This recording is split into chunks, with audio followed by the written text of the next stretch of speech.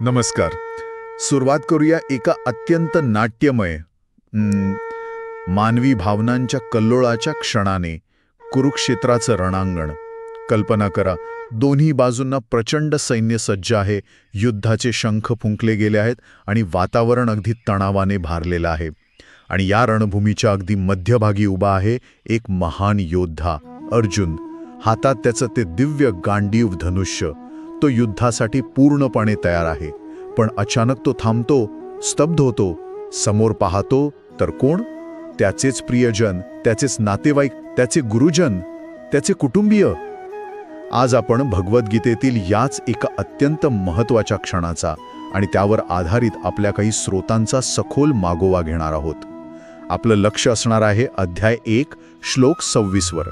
म्हणजे तो क्षण जिथे अर्जुनाची ती वीरवृत्ती एकदम गळून पडते आणि तो एका तीव्र मानसिक गोंधळात सापडतो. आपला उद्देश केवळ त्या श्लोकाचा अर्थ पाळणं नाहीये, तर अर्जुनाच्या त्यावेळच्या मानसिक स्थितीचा वेध घेणं आहे. त्याच्या मनात काय आंदोलनं सुरू होती, ते धर्मसंकट कसं उभं राहिलं, हे आपल्या स्रोतांच्या आधारे आपण समजून घेऊया. अर्जुनाचे सारथी, त्यांनी अर्जुनाच्याच विनंतीवरून त्याचा रथ दोन्ही सैन्यांच्या बरोबर मध्ये आणून उभा केलाय. कशासाठी? तर मला पाहू दे कोण कोण माझ्याशी लढायला आले आहेत.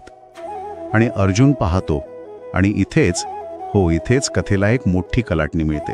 चला तर मग या क्षणात आणखी खोलवर जाऊया. आपले स्रोत आपल्याला सांगतात की श्लोक 26 मध्ये अर्जुन नक्की कोणाकोणाला पाहतो, आणि ती यादीच खरं तर त्याच्या मनस्थितीचं पूर्ण चित्र उभं करते. तर श्लोक म्हणतो, तत्रा पश्यत स्थितान पार्थः पितॄनथ पितामहान आचार्यान मातुलान भ्रातॄन पुत्रान पौत्रान सखींस्तथा. म्हणजे तिथे उभ्या असलेल्या त्या अफाट गर्दीमध्ये अर्जुनाने पाहिलं आपले पितृतुल्य काका, ज्यांनी वडिलांसारखं प्रेम दिलं. पूज्य पितामह भीष्म, ज्यांच्या मांडीवर तो खेळला, वाढला, जे त्याच्यासाठी एका पहाडासारखे होते. आदरणीय गुरु द्रोणाचार्य, ज्याने त्याला जगातला सर्वश्रेष्ठ धनुर्धर बनवलं. त्याचे मामा शल्य, त्याचे सख्खे आणि चुलत भाऊ, ज्यांच्यासोबत मैत्री पण होती आणि वैरही होतं. इतकंच नाही तर स्वतःची मुलं, नातू आणि अनेक जीवाभावाचे मित्रसुद्धा. ही फक्त नावांची यादी नाहीये, हे त्याच्या आयुष्याचे, त्याच्या ओळखीचे धागेदोरे आहेत. शत्रू म्हणून समोर उभे असलेले हे लोक त्याच्या भूतकाळाचा, वर्तमानाचा आणि भविष्याचा भाग आहेत. अगदी बरोबर. आणि इथे खूप महत्वाची गोष्ट जी आपले श्रोते पण सांगतात, ती म्हणजे अर्जुनाने पाहिलेली ही केवळ शत्रू म्हणून शिक्का मारलेली माणसं नव्हती. ते केवळ कौरव सेनेतील योद्धे नव्हते ज्यांना हरवायचं होतं. ही यादी बघितली की लक्षात येतं की हे ते लोक होते ज्यांच्याबद्दल अर्जुनाच्या मनात फक्त आदर नव्हता, तर खूप जास्त प्रेम, माया, कृतज्ञता होती. पितामह भीष्म, ज्यांनी पांडवांना वडिलांसारखं सांभाळलं. गुरु द्रोण, ज्यांनी केवळ शस्त्रविद्या नाही दिली तर वडिलांसारखं मार्गदर्शनही केलं. विश्लेषण असं दाखवतं की अर्जुनाची दृष्टीच बदलते. तो त्या सैन्याकडे एक योद्धा म्हणून बघत नाहीये आता. तो एक मुलगा, नातू, पुतण्या, भाऊ, शिष्य, मित्र म्हणून पाहतोय. ज्यांना शत्रू समजून त्यांच्यावर बाण चालवायची शपथ घेऊन तो रथात बसला होता, तेच त्याचे आपले लोक आहेत. ही जाणीव त्याला म्हणजे विजेच्या धक्क्यासारखी बसते. आपल्या श्रोत्यांमधल्या वर्णनानुसार तो क्षणभर विसरून जातो की तो एका युद्धाच्या मैदानात आहे. त्याला फक्त रक्ताची नाती, स्नेहाची नाती, गुरु शिष्य परंपरेची नाती दिसू लागतात. समोरची सेना त्याला विरोधी नाही वाटत, तर एका मोठ्या कुटुंबासारखी वाटते. फक्त हे कुटुंब एकमेकांना मारायला जमले. तुम्ही म्हणालात की त्याला फक्त नाती दिसू लागली, पण मग या जाणीवेचा त्याच्या मनावर नेमका काय परिणाम झाला? स्रोत काय सांगतात याबद्दल? याच जाणीवेमुळे, जसं आपल्या आढाव्यात स्पष्ट होतंय, अर्जुनाच्या मनात भावनांचा एक प्रचंड कल्लोळ उसळतो. 3 मुख्य भावना एकदम वर येतात. पहिली म्हणजे करुणा, म्हणजे कंपॅशन. दुसरी ममता, म्हणजे डीप अफेक्शन किंवा अटॅचमेंट म्हणू शकतो. आणि तिसरी म्हणजे तीव्र द्वंद्व, एक इनर कॉन्फ्लिक्ट. करुणा यासाठी की हे सगळे आपले लोक, भीष्म, द्रोण यांसारखे महान योद्धे सुद्धा या भयंकर युद्धात मारले जाणार आहेत, हा विचारच त्याला सहन होत नाही. ममता किंवा मोह जागा होतो, कारण हे त्याचे स्वतःचे लोक आहेत. त्यांच्यावर वार करणं म्हणजे जणू स्वतःवरच वार करण्यासारखं त्याला वाटू लागतं. आणि मग या 2 भावनांमधून जन्म घेतं ते द्वंद्व. एका बाजूला क्षत्रिय म्हणून युद्ध करणं, न्यायासाठी लढणं हे त्याचं कर्तव्य आहे, त्याचा धर्म आहे. खुद्द श्रीकृष्णाने त्याला तयार केलंय त्यासाठी. पण दुसऱ्या बाजूला हे युद्ध जिंकण्यासाठी ज्यांना मारावं लागेल ते त्याचे अतिशय प्रियजन आहेत. त्यांच्या रक्ताने माखलेलं राज्य त्याला नकोसं वाटू लागतं. इथे फक्त भावनिक ओढ नाहीये, तर एक नैतिक प्रश्न पण आहे. आपल्याच लोकांना मारून मिळणारं सुख खरं सुख असेल का, हा विचार त्याला पोखरू लागतो. स्रोतानुसार ही केवळ एक क्षणिक भावुकता नाही, तर एका खोल नैतिक संकटाची, एका धर्म संकटाची सुरुवात आहे. हे खरंच खूप खोल आहे. आपण अनेकदा कर्तव्याबद्दल बोलतो, पण जेव्हा कर्तव्य आपल्या सगळ्यात जवळच्या नात्यांच्या विरोधात उभं ठाकतं तेव्हा काय? विचार करा, ज्या भीष्माचार्यांच्या मांडीवर खेळलो, ज्या द्रोणाचार्यांकडून धनुर्विद्या शिकलो, ज्या भावांसोबत बालपण गेलं, त्यांच्यावर आता प्राणघातक शस्त्र चालवायचं. हे फक्त कठीण नाहीये. स्रोत सांगतात की ही कल्पनाच अर्जुनाला अशक्य वाटते, अमाळवी वाटते. तो अक्षरशः खचून जातो. त्याची सगळी वीरश्री, सगळा जोश कुठल्या कुठे जातो. त्याच्या मनात प्रचंड उलथापालथ सुरू होते. एका बाजूला क्षत्रिय धर्म आहे, समाजाप्रती असलेलं कर्तव्य आहे, न्यायाची बाजू आहे, आणि दुसऱ्या बाजूला रक्ताची, प्रेमाची, आदराची नाती आहेत. तो या दोन्हीमध्ये अडकून पडतो. काय परिस्थिती असेल ती. अगदी. आणि याला मोठ्या चित्रात पाहणं गरजेचं आहे, जसं आपल्या स्रोतांमधून पण कळतं.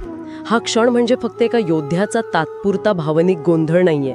हा काही क्षणिक मोह नाही किंवा भीती नाही. हा क्षण आहे अर्जुनाच्या आयुष्यात उभ्या राहिलेल्या सर्वात मोठ्या धर्मसंकटाची सुरुवात. म्हणजे profound crisis of duty and ethics. धर्म या शब्दाचे अनेक अर्थ आहेत. कर्तव्य, नीती, योग्यता. इथे अर्जुनासमोर प्रश्न उभा राहतो की त्याचा स्वधर्म नक्की काय आहे. एक क्षत्रिय म्हणून युद्ध करणं की एक नातेवाईक म्हणून आपल्या प्रियजनांना वाचवणं. स्रोत आपल्याला याच गुंतागुंतीकडे लक्ष वेधायला सांगतात.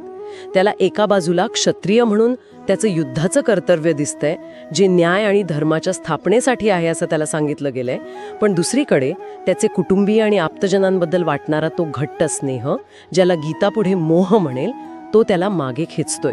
हा मोह म्हणजे केवळ अटॅचमेंट नाही, त्यात करुणा आहे, कृतज्ञता आहे, प्रेम आहे, अशा अनेक भावना आहेत. त्यामुळे हा निर्णय त्याच्यासाठी अजिबात सोपा नाहीये. म्हणजे हा श्लोक 26 हा अर्जुनाच्या मानसिक स्थितीतल्या एका प्रचंड मोठ्या बदलाचा टर्निंग पॉइंट आहे असं म्हणायला हरकत नाही. काही क्षणांपूर्वीपर्यंत जो अर्जुन युद्धासाठी एवढा उत्सुक होता, ज्याने श्रीकृष्णाला सांगितलं रथ मध्ये घे म्हणून, तोच अर्जुन आता इतका गोंधळलेला, इतका हताश झालेला दिसतो. अगदी अगदी. हा बदल फक्त मोठा नाही, तर खूप जलद आणि अनपेक्षित आहे. आपल्या विश्लेषणात हे स्पष्ट दिसतं की काही क्षणांपूर्वीपर्यंत तो एक वीर योद्धा होता, आत्मविश्वासाने भरलेला. पण या एका दृश्याने आपल्याच लोकांना शत्रू म्हणून पाहिल्याने त्याचं सगळं धैर्य, सगळा उत्साह जणू काही नाहीसा होतो. त्याचं गांडीव धनुष्य हातातून गळून पडायची वेळ येते, जी पुढे येतेच. तो युद्धाच्या विचारानेच थरथर कापायला लागतो. हा श्लोक म्हणजे अर्जुनाच्या व्यक्तिमत्वातला वीर रसाकडून करुण रसाकडे होणाऱ्या प्रवासाची सुरुवात आहे. आणि यामुळे एक खूप मूलभूत, अगदी वैश्विक प्रश्न उभा राहतो. आणि हा प्रश्न फक्त अर्जुनापुरता किंवा त्या युद्धापुरता नाहीये. हा प्रश्न आपल्या प्रत्येकाच्या आयुष्यात कधी ना कधी कोणत्या ना कोणत्या रूपात येतोच.